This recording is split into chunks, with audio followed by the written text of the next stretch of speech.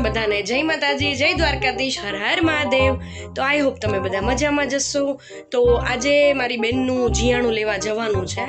તો અમે બધી મતલબ મારા મમ્મી, માસી, મામી બધા અમે લોકો જઈએ છીએ અને એમાં શું શું હોય છે હું તમને આગળના વિડીયોમાં દેખાડીશ।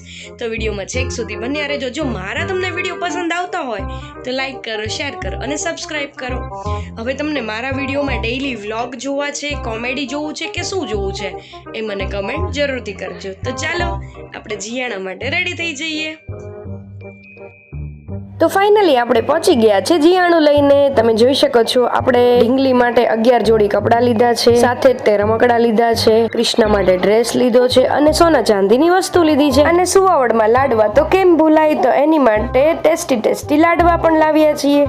તો આ છે અમારા ઘરનો રિવાજ। તમારે જીયાણું કે એવું કંઈ રિવાજ હોય છે કે નહીં તે કમેન્ટ જરૂરથી કરજો। જીયાણું પથરાઈ ગયું પછી અમારે અહીંયા સ્પેશિયલ ગેસ્ટ આવ્યા હતા। ઈ ગેસ્ટમાં અમારે એક સ્પેશિયલ ગેસ્ટ છે અમારા દ્રિશ્યુ।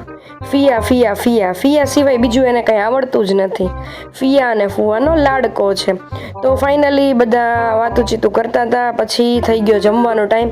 એના ઘરે જઈએ અને જમ્યા વગર મોકલે એવું તો કેમ પોસાય। તો બધી બહેનું ને ફૈબા ને બધા ફૈબાને નહોતું જમવાનું, એમને વ્રત ચાલતું હતું એટલા માટે। તો ફાઇનલી બધા થોડી વાર બેઠા અને પછી જમવાનો સમય થઈ ગયો, તો બધા બપોરના ટાઈમે જમવા બેસી ગયા। જમવામાં વેરાયટી એટલી બધી હતી ને, ઓહો, હું તો આમનામ જ ધરા ગઈ। તમને આ મારો વિડીયો કેવો લાગ્યો કમેન્ટ જરૂરથી કરજો।